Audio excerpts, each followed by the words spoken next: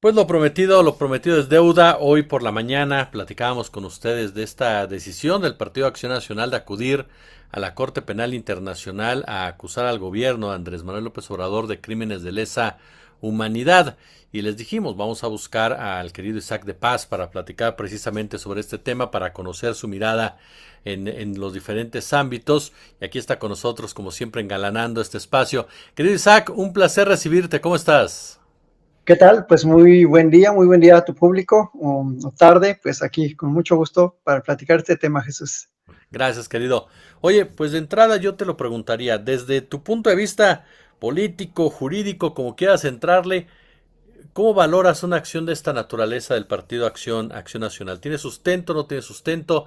¿Cómo le vamos dando forma o tratamos de darle forma a algo así? Pues es una acción totalmente sinvergüenza, te diría, carece de todo sustento fáctico, de sustento jurídico, de sustento constitucional y, por qué no decirlo, también de sustento político.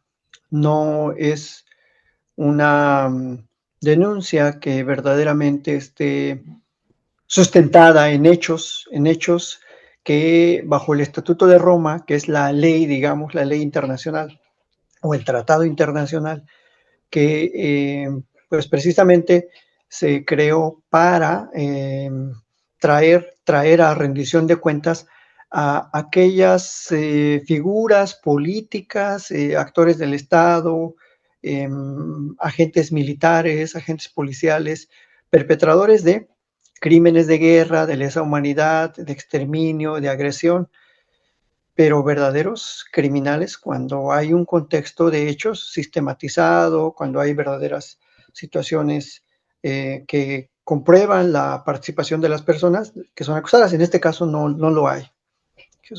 Eso diría de entrada.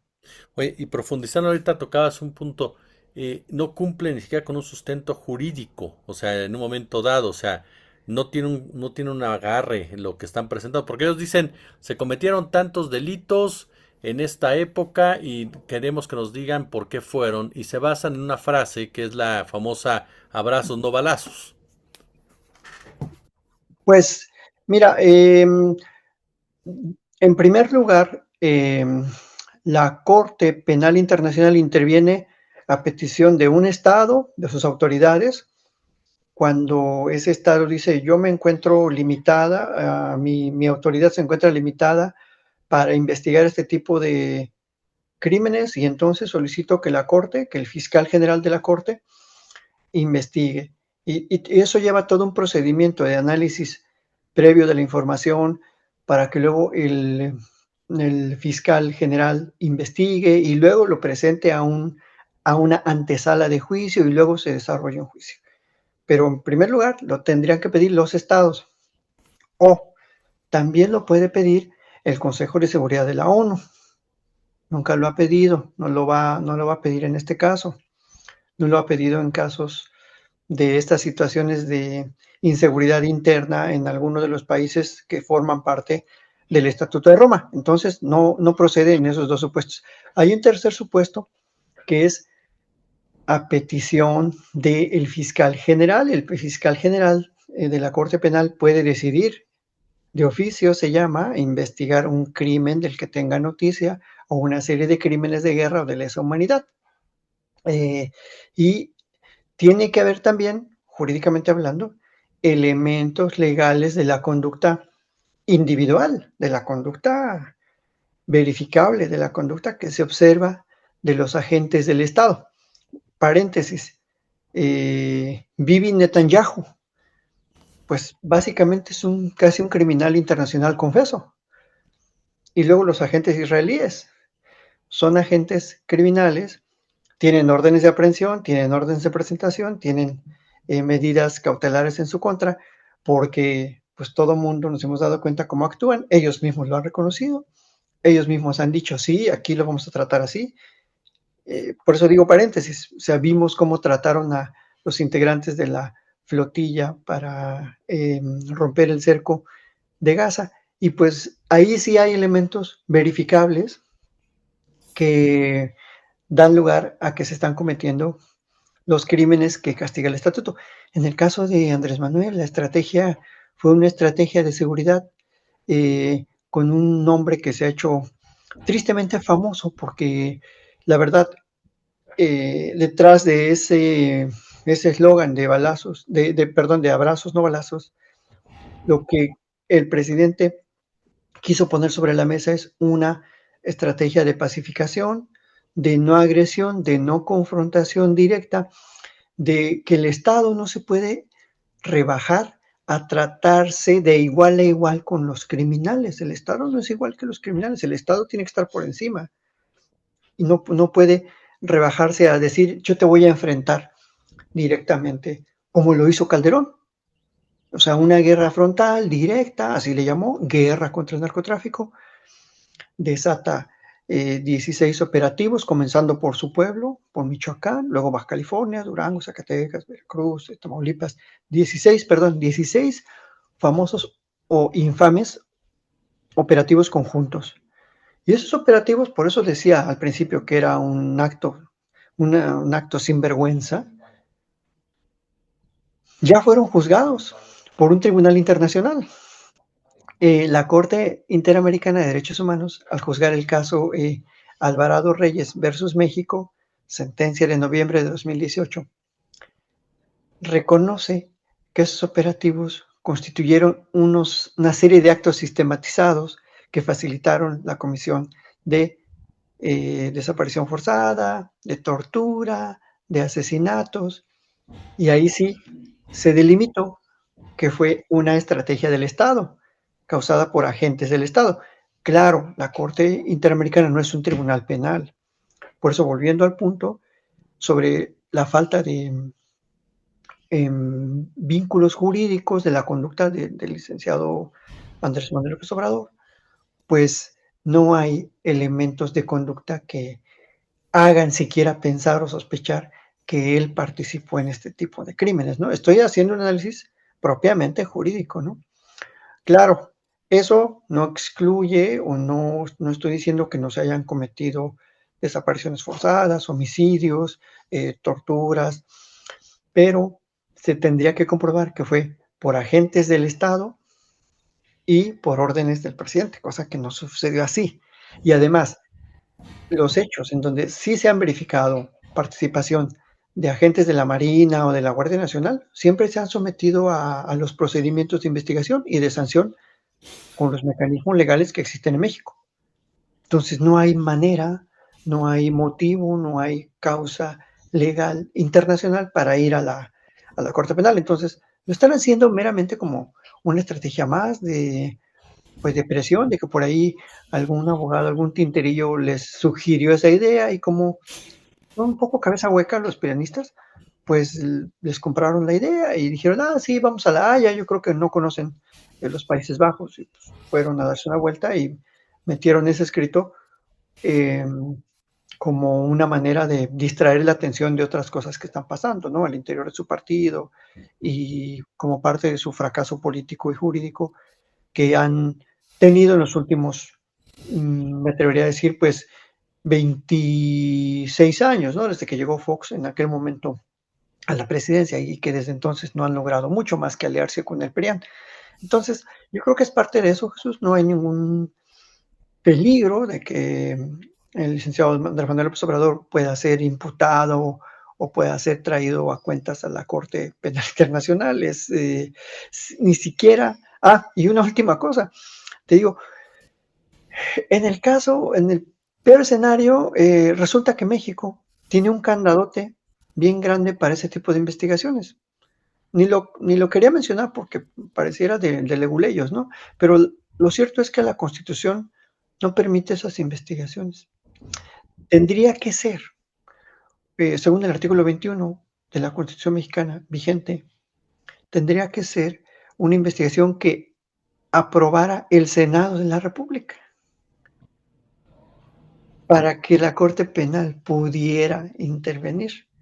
O sea, si se llegaran a dar uno de los supuestos que mencioné, que lo pida el fiscal general o que un estado, que se haga una investigación, al último, la Constitución mexicana tiene un candado y dice el artículo 21 que sí se podrá aceptar la competencia de la Corte Penal siempre y cuando el Senado lo autorice.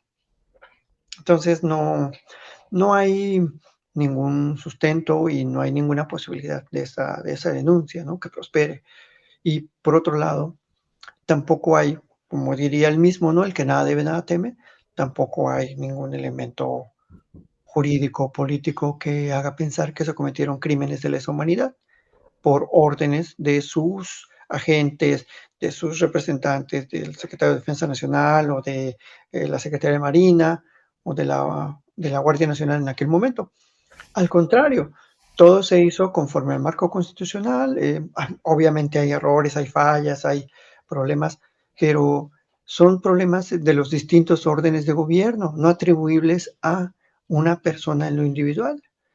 O sea, son otro tipo de problemas y otro tipo de responsabilidades que pudiéramos decir hay dentro de la 4T, ¿no? Como esa deuda para ir paliando la inseguridad que se vive en el país, pero no tiene eso nada que ver con la Comisión de Crímenes Internacionales. Eso es muy distinto, Jesús. O sea que en pocas palabras, después de esta excelsa explicación que nos has dado, querido, pues los van a batear, ¿no? O ni siquiera lo van a tomar en cuenta y eso es a lo que voy. Tú vas, haces tu drama, bueno, perdón, tú vas, presentas tu caso, ¿no? Y no pasa, si no pasa nada, pues tú ya fuiste y lo presentaste, ¿no? Y eso es lo que queda mediáticamente, pero en realidad la Corte Penal ni lo atiende o se lo regresa y les dice no vale, ¿cómo? No, pues ahí lo dejan, pasa a un análisis preliminar y ahí se queda. No va a trascender a mucho. O sea, no es nada más para dar la nota periodística, si tú quieres. No tiene otro resultado, otro efecto. Es simplemente, pues yo tengo derecho a denunciar lo que sea, ¿no? Incluso yo mismo puedo ir y decir, aquí traigo una denuncia con pruebas y con fotos y con datos. Y me van a decir, bueno, pues ahí déjelo y ya, no va a trascender a nada. Es, Se dieron una vuelta de oquis en la Haya, no hay ningún elemento. Si incluso, ya esto para cerrar, ¿no? O sea, en los peores casos de crímenes de guerra, de contextos de violencia, de guerra civil, de golpes de Estado en Asia, en África, mismo América Latina, los mecanismos internacionales no son la vía idónea, nunca han sido la vía idónea. Desde los juicios de Nuremberg hasta hace rato en la Corte Penal Internacional, no sirven de mucho. Lo que sirve son la justicia local, la rendición de cuentas ante los propios estados, ante los propios gobernados, y eso es lo que funciona. Y reitero, la falta de vergüenza, de memoria política, de respeto a muchas víctimas de desaparición que ya jurídicamente han sido declaradas así, del panismo, ¿no? O sea, su sexenio fue el que desató, pues sí, el que abrió la caja de Pandora. Salieron todos los demonios del narcotráfico con Fox. Desde Fox empezó todo eso y luego pues lo empeoró Calderón muchísimo. Pues deberían pedir disculpas, deberían o no decir nada simplemente, porque esto es una sinvergüenzada del tamaño del mundo.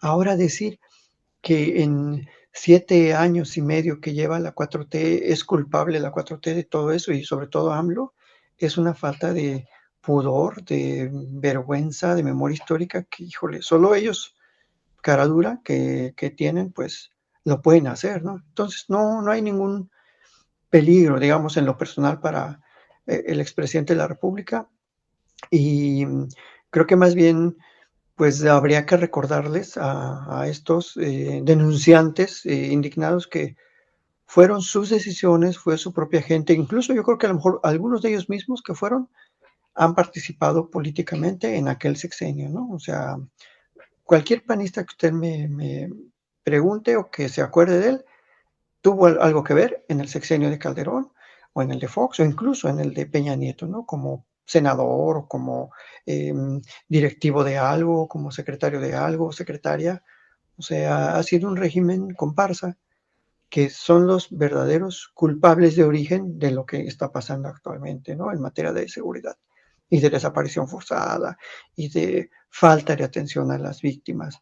Ellos son originalmente los responsables. Y después, bueno, ahora que cada quien asuma su responsabilidad, pero creo que no tienen ningún elemento jurídico nacional ni internacional que lleve a buen puerto esa denuncia, ¿no? Ahí se va a quedar para el olvido, una más de los panistas, Jesús.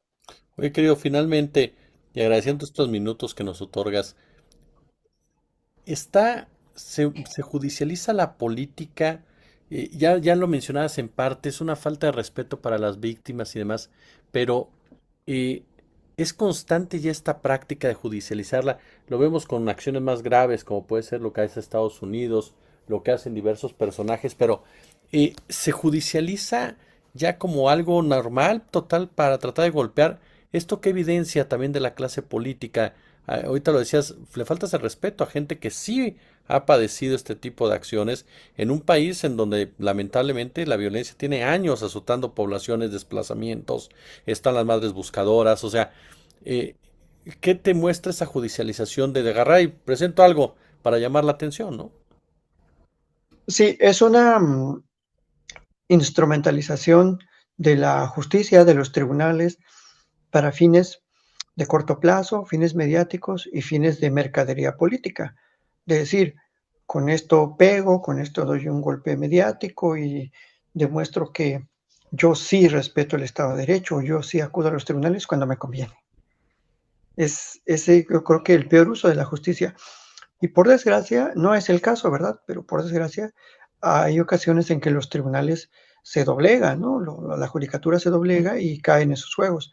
No es el caso de esta corte, incluso, tristemente, hemos visto, ¿no? Como un juez Nicolas Guillot, de aquí de Francia, ha sido objeto de sanciones por parte de Estados Unidos, ¿no? Porque fue el que libró la orden de aprehensión contra Netanyahu y no tiene dinero en electrónico, no tiene acceso a correos electrónicos, a todos los servicios gringos, a ninguna empresa gringa, incluido Visa, que es pues el proveedor de servicios financieros global, no puede tener acceso a su dinero.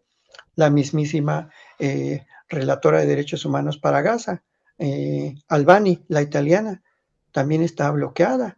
Y ese es como la política dirige sus misiles estatales, quiero decir, en contra de individuos que sí verdaderamente luchan por una causa justa, ¿no? Por traer a rendición de cuentas a los criminales de guerra que están haciendo de las suyas en Gaza, en este caso.